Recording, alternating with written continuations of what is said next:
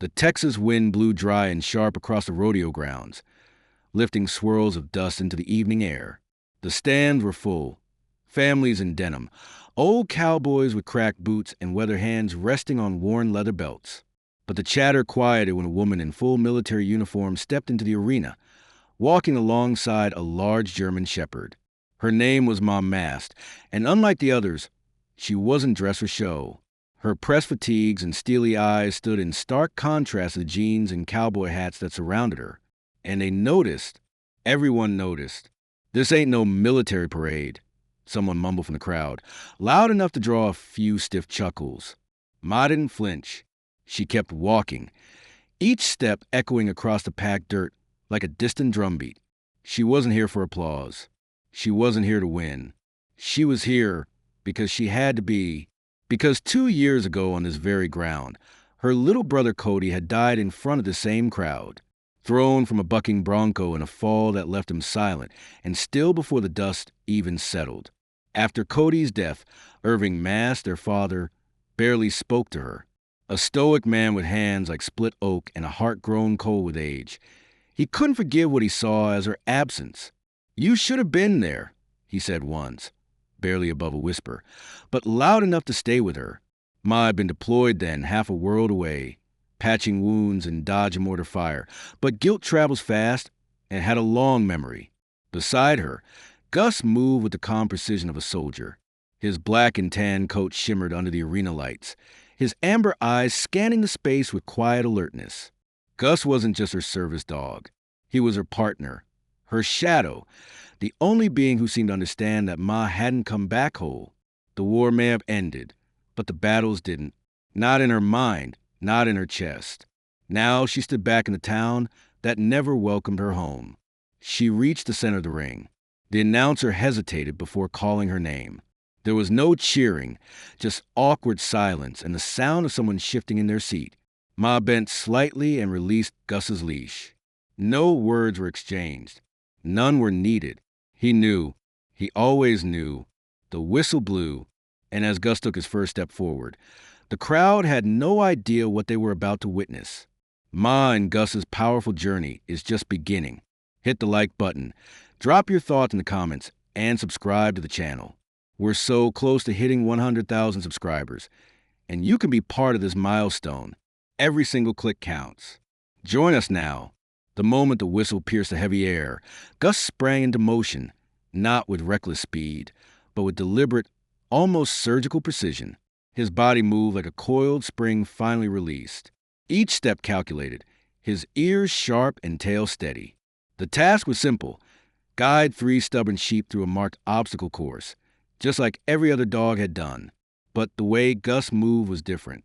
It wasn't flashy. It was flawless. Not a bark, not a misstep, just quiet power. And slowly, the murmurs in the crowd began to shift. Ma stood at the edge of the arena, back straight, fists clenched behind her back. Her face remained unreadable, but inside, her heart pounded like a drum in retreat. She knew what Gus could do, what they had trained for back in Germany, in the red sand of Kuwait, and later in the empty fields behind the VA hospital. But this wasn't a battlefield. This was home, and the people watching weren't enemies. They were neighbors, old classmates, the same ones who hadn't said a word at Cody's funeral.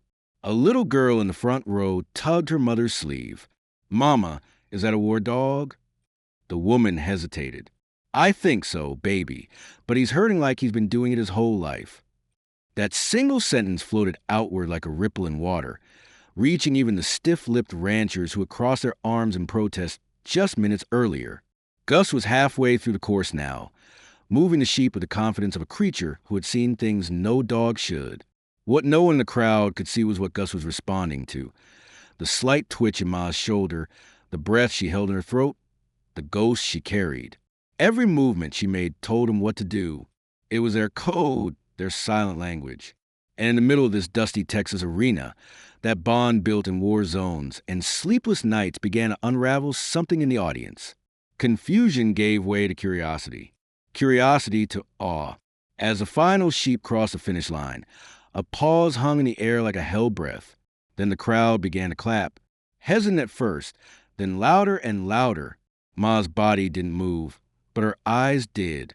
They flicked toward the stands, toward a man in a flannel shirt and faded cap. Irving. He didn't clap. He didn't smile. But for the first time in years, he was looking straight at her. Ma felt like a crack in old ice, just a sliver of something thawing. And then, from the far end of the arena, someone shouted, "Hey, what's wrong with that man? Somebody get help." All eyes turned, the applause stopped, and Gus was already running before Ma could process the shout. Gus was already halfway across the arena, dust rising behind him like smoke from a fire.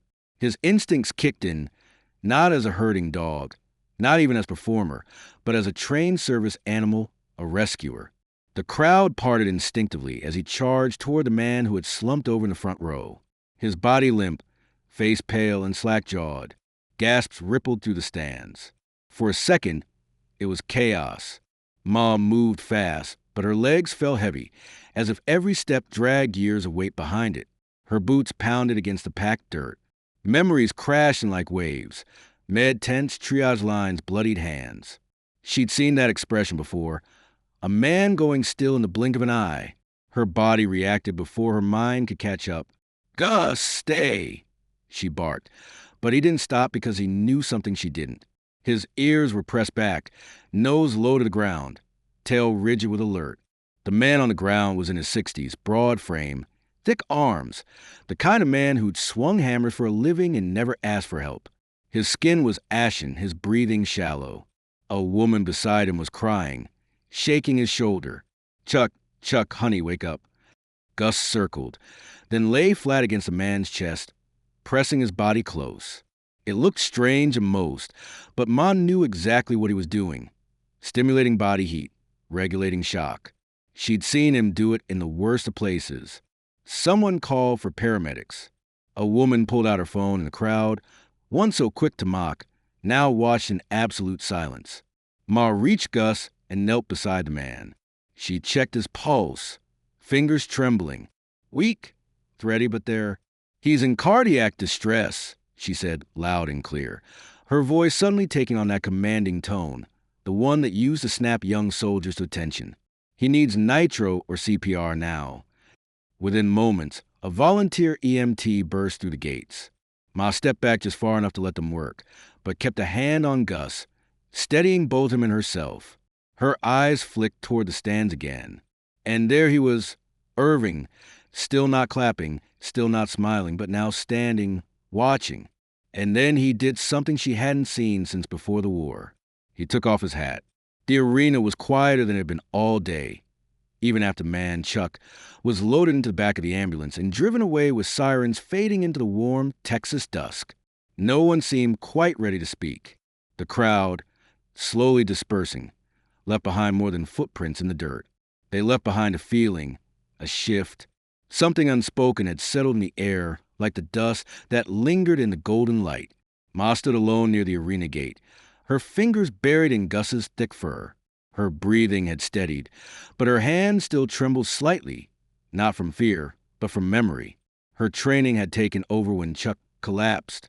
But now that the adrenaline had drained from her veins, she felt the weight of it all again. The eyes, the silence, the flash of recognition in people who once dismissed her. For the first time since coming home, Ma wasn't invisible, and that terrified her more than being ignored ever had. A voice behind her broke the silence. "You handled that real clean, Ma." It was Irving. He stood with his hat in his hand, his face unreadable. The last time he'd spoken to her directly, it ended with slammed doors and 3 years of silence. She didn't turn. "He's lucky Gus saw it first," she replied, her voice dry, measured. It wasn't just a statement. It was a shield. She wasn't ready for warmth. Not yet. Irving shifted his weight, boots grinding softly against the gravel. "That dog of yours, he knows how to read people." Ma looked down at Gus, who sat obediently at her side, his eyes flicking between the two of them like he was watching a language without words. "He was trained for war," she said quietly. "Turns out he's still fighting."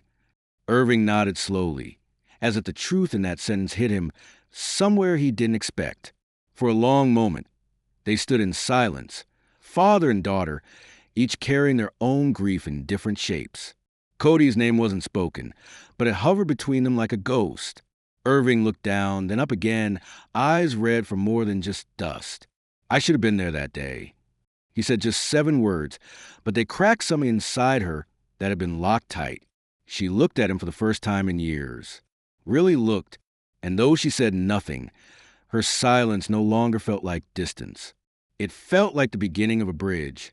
Later that evening, long after the crowd had vanished and the dust had finally settled, Ma sat on the porch of her childhood home. Gus curled up by her boots. The old farmhouse creaked with familiar aches, and the distant sound of cicadas filled the spaces where words hadn't lived for years.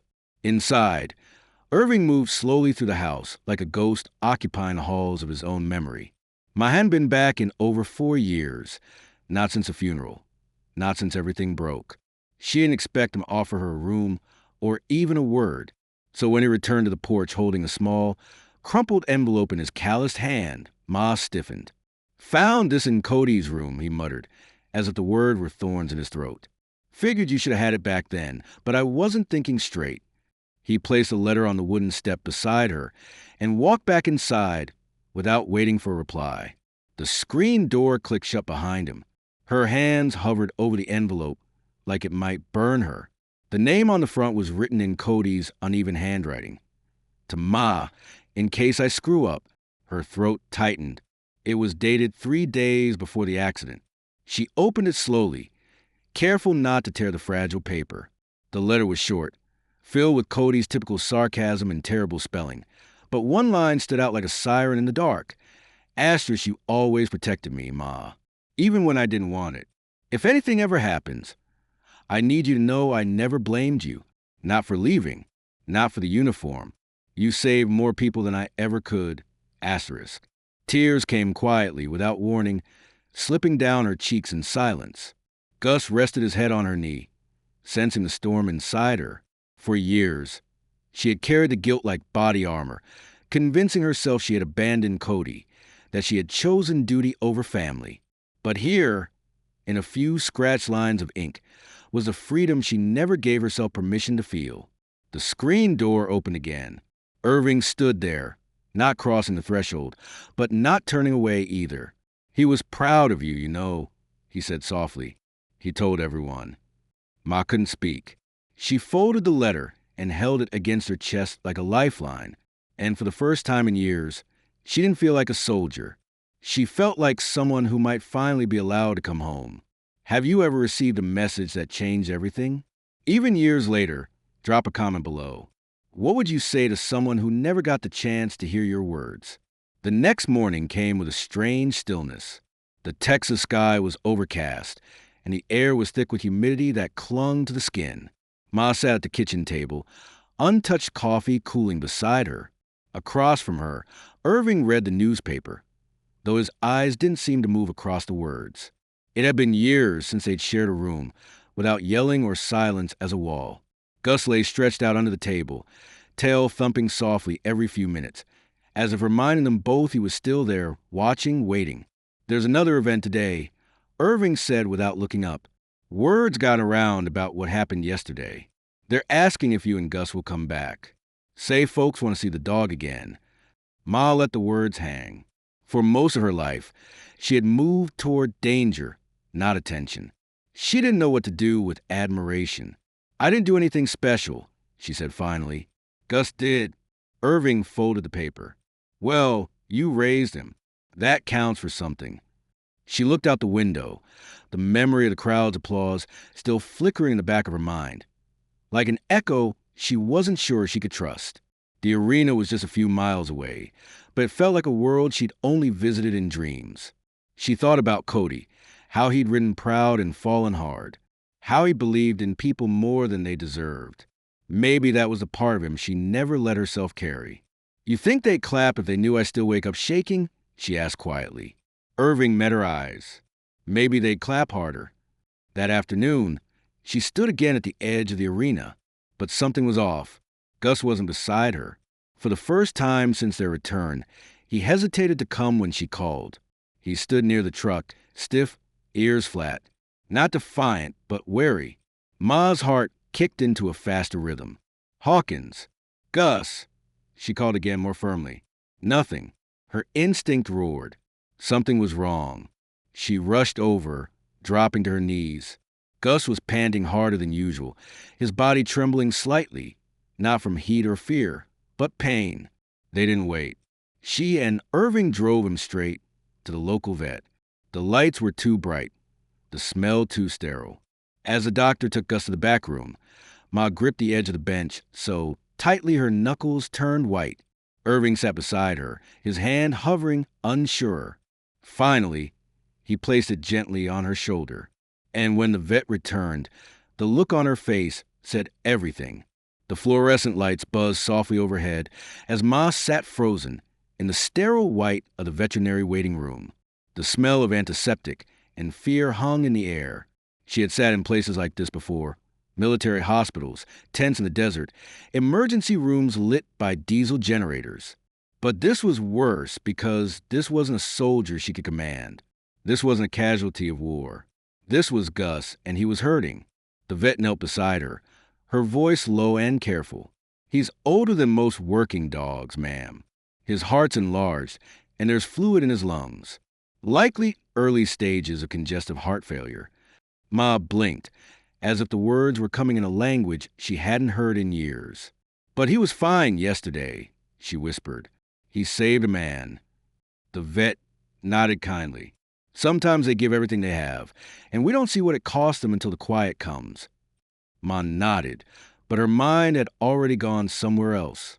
Back to the base, to the explosion that nearly killed her, to the first time Gus stood between her and the fire. He had always known when to act, when to shield her. He carried her through her worst days, and now she couldn't carry him. Irving sat beside her again, silent, but his hand never left her shoulder. A quiet gesture, years overdue, but now the only thing holding her together. That night, they took Gus home. He walked slower, slept more, ate less, but his eyes still found Ma's every time she entered the room. She set up a bed for him beside the couch and lay there with him, one hand resting on his ribcage, feeling the fragile rhythm of his breath. She didn't cry. Not yet. She was too tired, too numb. Gus simply leaned his head against her leg like he always had. The weight of him was comfort and agony all at once. Irving brought her a glass of water and sat nearby without speaking. It was the first time I realized how old he looked, how the grief had etched into the corners of his face like weathered leather. "He's a good dog," he said softly. Ma nodded. "He's more than that. He's the reason I came back. The only part of the war that didn't leave me broken." The room went quiet again, just the ticking of an old clock on the wall and the whisper of Gus's breathing. Ma closed her eyes and, for the first time, let herself imagine a world where Gus wasn't there to watch over her. The next morning, Ma woke to silence that felt heavier than sleep. Gus hadn't moved from his spot on the rug. His breathing was shallow, almost imperceptible, and his eyes, those loyal, knowing eyes, no longer followed her across the room.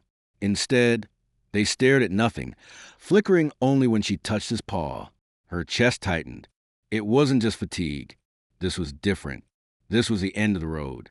He had walked beside her for years. She didn't need a vet to tell her what she already knew, but she called anyway. The same woman from yesterday answered the phone, her voice instantly soft, as if she'd been expecting this call. "We can come to you," she said gently. "It'll be peaceful. He won't feel pain." Ma thanked her, but didn't hang up right away. Her thumb hovered over the screen for a moment before finally pressing it down. When the silence returned, it felt final. Irving stood in the doorway, his hand resting on the frame, hat crumpled in his grip. He didn't ask what was happening. He didn't need to. "You want me to stay?" he asked. Ma nodded slowly, unable to speak. Her throat burned. Irving sat down beside her, closer than usual, closer than ever. "He's not just a dog," Ma whispered. "He's the only thing that made me feel human again." Irving placed his weathered hand over hers. "Then you gave him a hell of a life." When the vet arrived, Ma knelt beside Gus and placed her forehead against his. His fur was still warm, still familiar. She whispered things only he would understand, memories, promises, and one last thank you. As the injection was given, Ma held him, her tears falling silently onto his coat. No orders, no uniform, no mission, just her and the one soul who had stood by her when even her own family hadn't. After it was done, the vet left them alone. The house was still. Irving didn't speak.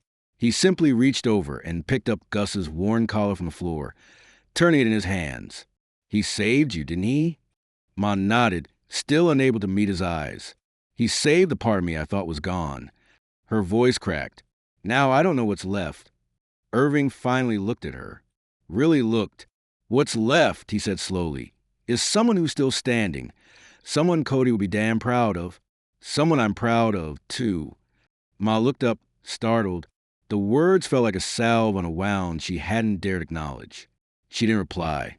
But for the first time, she didn't feel alone in her grief. A week had passed since Gus's final breath, but the house still felt like it belonged to him. His collar remained on the mantel, untouched. His blanket still lay folded on the end of the couch. Ma hadn't moved it. She couldn't. It wasn't about holding on. It was about honoring the stillness he left behind. Every morning, she reached for a leash that wasn't there. Every night, she paused by the door, waiting for the soft thump of his tail. Grief had a rhythm, and hers now echoed in the spaces Gus used to fill. She had expected the days after to be quiet, but not like this, not so hollow. The house creaked louder. The coffee tasted different. Even her boots, when they hit the floor in the morning, seemed to land with a weight she hadn't noticed before. But it was in that silence that Ma began to hear something else. Her own thoughts, not the chaotic noise of guilt and memory, but the slow, uncertain voice of someone remembering who she was without a mission to run or a uniform to wear. It was Irving who first suggested they go back to the arena. They're holding a service, he said. Not just for Chuck, but, well, for Gus, too. Folks have been asking about you. Ma hesitated. The thought of standing in front of those people again, without Gus by her side, felt unbearable. But then, Irving added, you don't owe them anything, but maybe you owe something to yourself. And so, on a Sunday morning beneath a cloudless sky, Ma returned. The arena looked the same. Dirt, stands, flags flapping the wind. But something had changed. People nodded when she passed. Some placed hands over their hearts. Children waved. A little boy, no older than 5, walked up with his mother and handed her a drawing. It was of a big brown dog with a badge on its collar. That's Gus, the boy said proudly. He's a hero. She knelt down, her eyes stinging, and smiled. Yes, he is. For a moment, Ma felt that familiar warmth again, like he was there, right behind her, tail wagging, ready for whatever came next. She stood and turned toward the center of the arena, the same place she'd stood with Gus.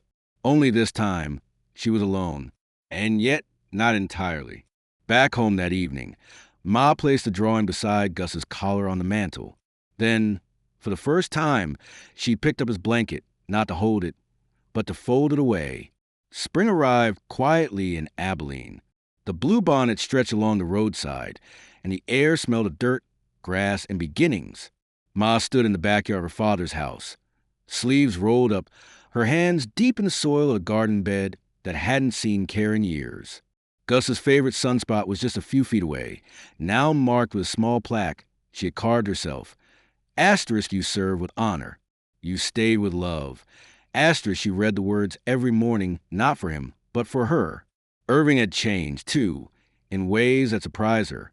He still didn't say much, but he started showing up with coffee, with tools, with silence that felt more like presence than absence. Sometimes they worked side by side, without speaking for hours. Other times, he'd tell a story about Cody, ones Ma had never heard, ones that didn't hurt as much as they used to. It was slow, uneven, but real. One afternoon, a letter arrived from the local VA office. They'd heard about Gus, about Ma's background, and were inviting her to speak at a veteran support group. We could use someone like you, the letter read.